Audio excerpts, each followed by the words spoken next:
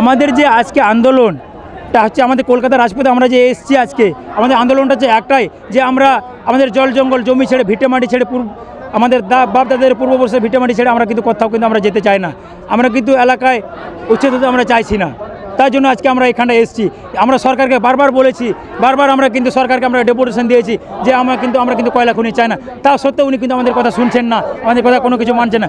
উনি ওখানে গ্রামসভার সম্মতি না নিয়ে উনি কিন্তু ওখানে কিন্তু জোরপূর্বক ডাকাতের মতন চোরের মতন রাত 12টার সময় ওখানে উনি মাটি খুঁড়ছেন।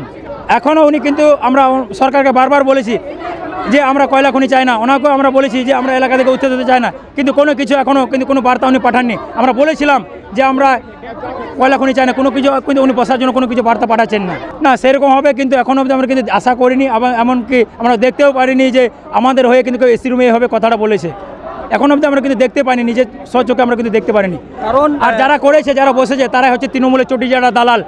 কিন্তু যারা প্রকৃতিকে যারা ভালোবাসে, যারা ডেউচাপাচামিকে যারা ডেউচাপাচামি অসহায় আদিবাসীদেরকে নিয়ে যারা উচ্ছেদ হতে চাইছে না, তারাই কিন্তু কোনো দিনই কিন্তু আদিবাসীদেরকে ঠকিয়ে কিন্তু তারা কিন্তু কোনো এসি রুমে কিন্তু বসেননি। আর যারা বসেছেন তারা হচ্ছে তৃণমূলের দালাল, চটি যারা দালাল।